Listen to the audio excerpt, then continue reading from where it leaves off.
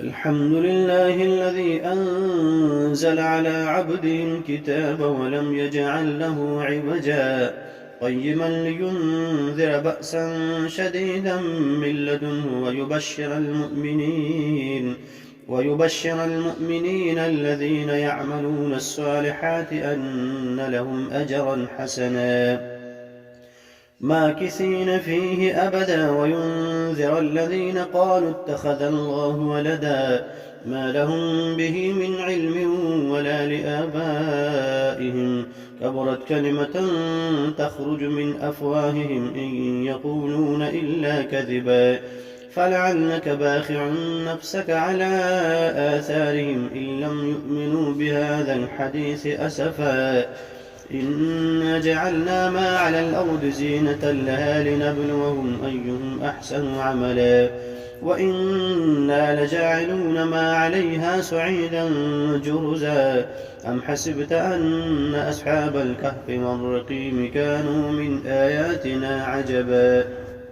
إذ أوى الفتية إلى الكهف فقالوا ربنا آتنا من لدنك رحمة وهيئ لنا من أمرنا رشدا فضربنا على آذانهم في الكهف سنين عددا ثم بعثناهم لنعلم أي الحزبين أحصى لما لبثوا أمدا نحن نقص عليك نبأهم بالحق إنهم فتية آمنوا بربهم وزدناهم هدى وربطنا على قلوبهم إذ قاموا فقالوا ربنا رب السماوات والأرض لن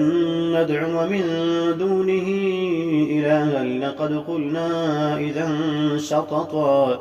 هؤلاء قوم اتخذوا من دونه آلهة لولا يأتون عليهم بسلطان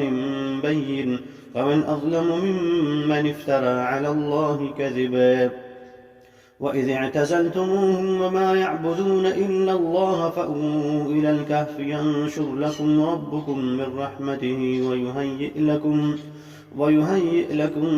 من أمركم مرفقا وترى الشمس إذا طلعت تزاور عن كهفهم ذات اليمين وإذا غربت تقرضهم ذات الشمال وهم في فجوة منه ذلك من آيات الله من يهد الله فهو المهتد ومن يضلل فلن تجد له وليا مرشدا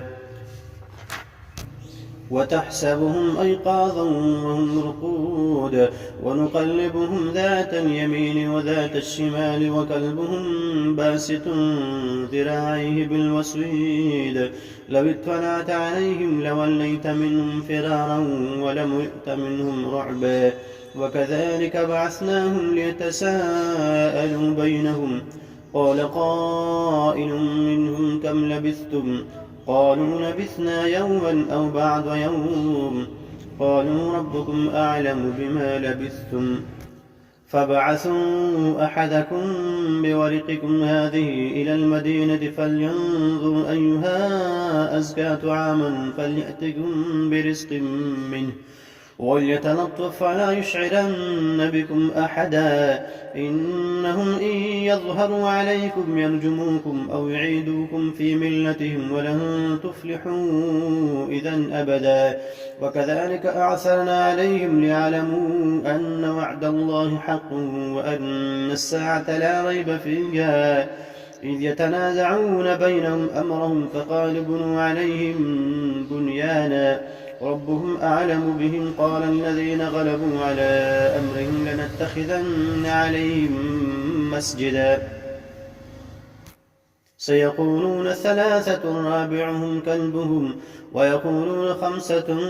سادسهم كلبهم رجما بالغيب ويقولون سبعة وثامنهم كلبهم قل ربي أعلم بعدتهم ما يعلمهم إلا قليل فلا تمار فيهم إلا مراء